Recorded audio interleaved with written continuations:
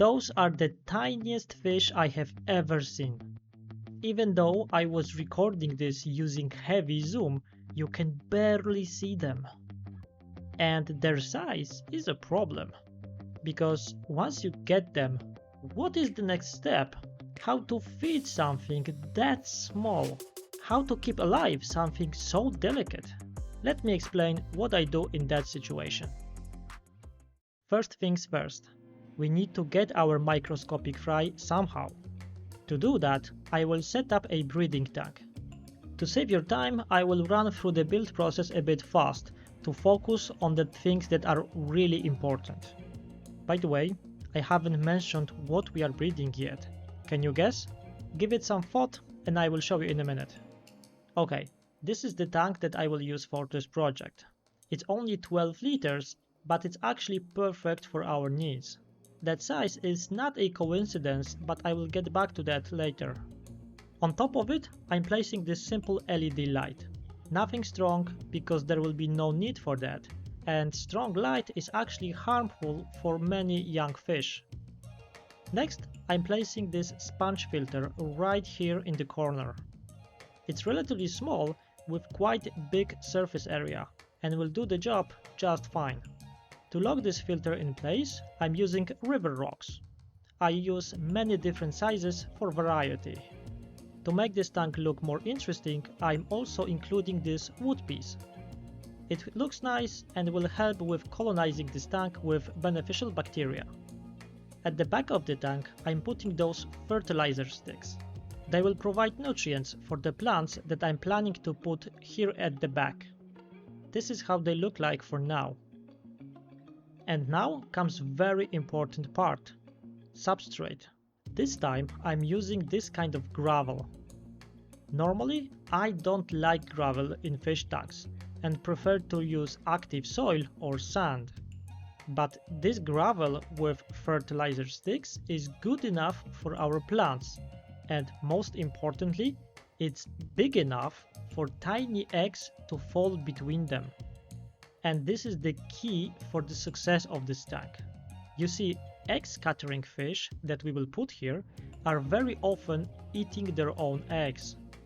And if you put sand in here, those eggs would be right on top of it and might simply get eaten. Gravel prevents that from happening because eggs are falling into those small gaps between it. I've tested it on many different fish and it works great. Okay, but now let's move to the next step. Planting. I will use a lot of crypts in this tank. With those sticks in the gravel, no liquid fertilizers and low light, they will do just fine in here. Besides, many egg-scattering fish like to breed between those kind of plants, so it's kind of a win-win situation. At this point, you might be thinking, why I'm scaping a breeding tank? Empty tank with some moss acting like an egg trap would get better numbers. Well, yes, but this is not what I'm trying to achieve.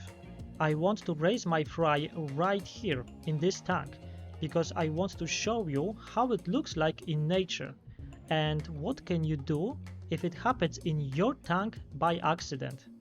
So, next natural thing to do was to put my fish in here.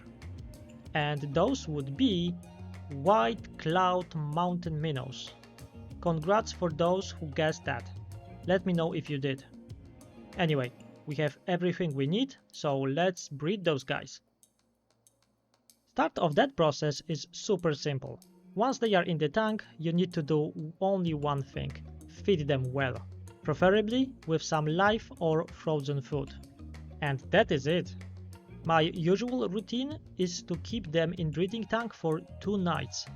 I put them here late in the evening, let them spend the night, and then entire next day and night.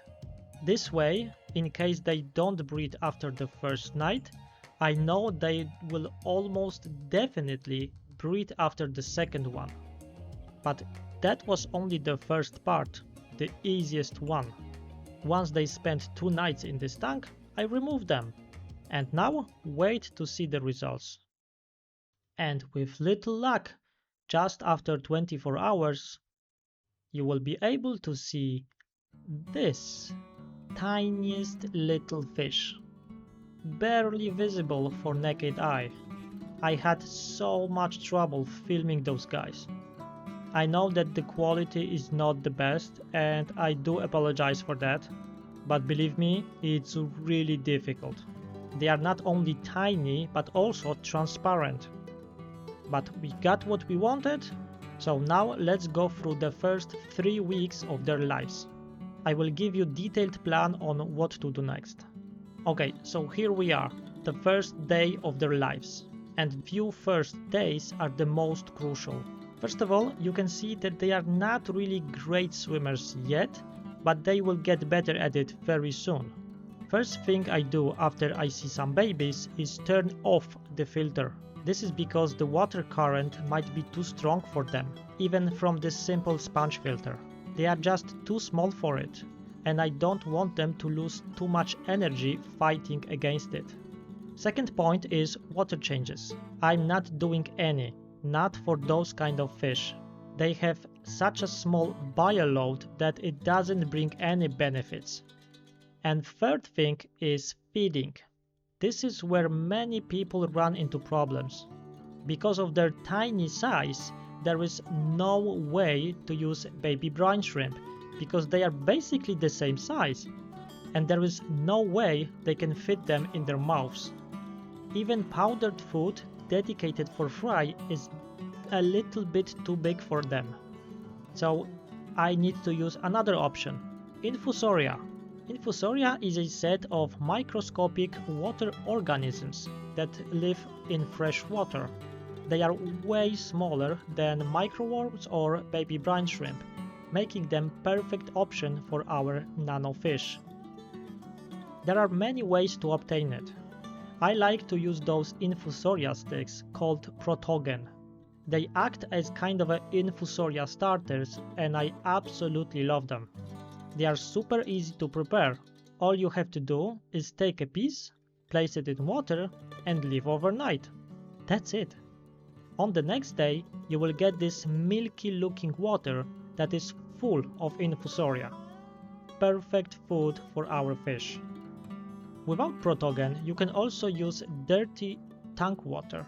Yes, especially filter juice.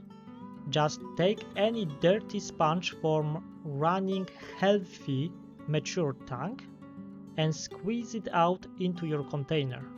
This water, yes, it looks bad, but works great and will be full of Infusoria ready for our fish. So seriously, don't be afraid of it. Once you have your food, you can feed your fry using a pipette. I try to do this as often as possible with small portions, even 5-6 times a day if I have a chance. This is also when this small tank comes into place. You see, thanks to the small size, fish don't have to travel long distances to find food, and I don't have to put tons of it for them to find it. This is why having huge breeding tank doesn't bring any benefits, it's actually harmful. But anyway, this is what I do during the first week. Filter switched off for the first 2-3 days, Infusoria as the only source of food, and no water changes. Second week looks a bit different.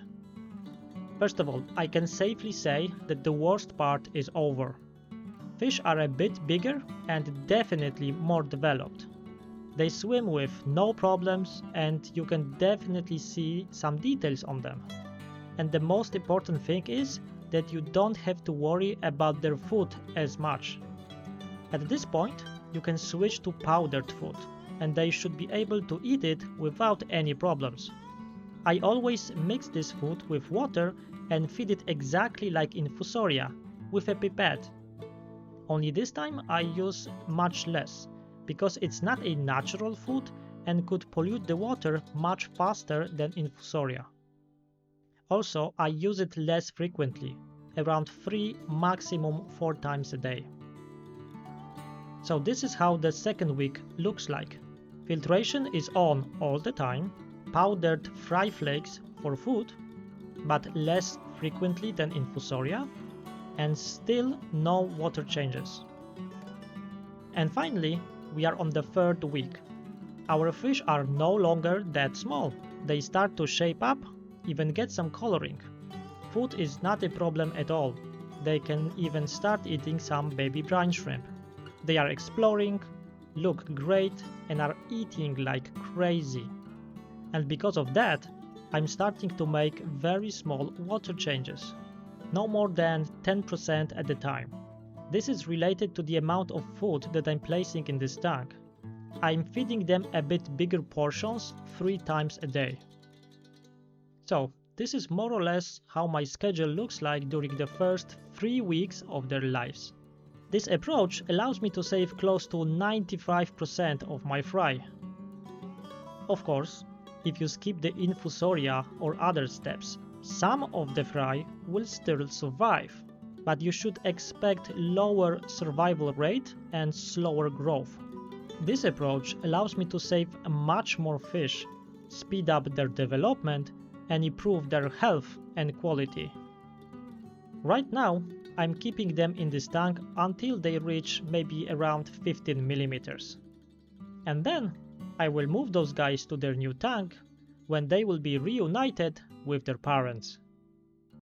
As you can see, breeding mountain minnows is really easy. The only difficult part is feeding them during their first days. So if you want to save as many babies as possible, this is the thing that you should focus on.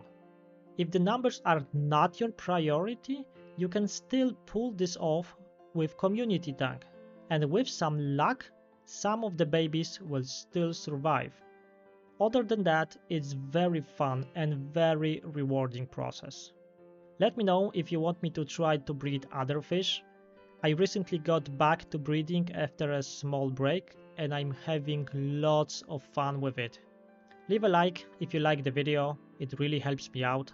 But for now, thank you very much for watching and see you in the next one.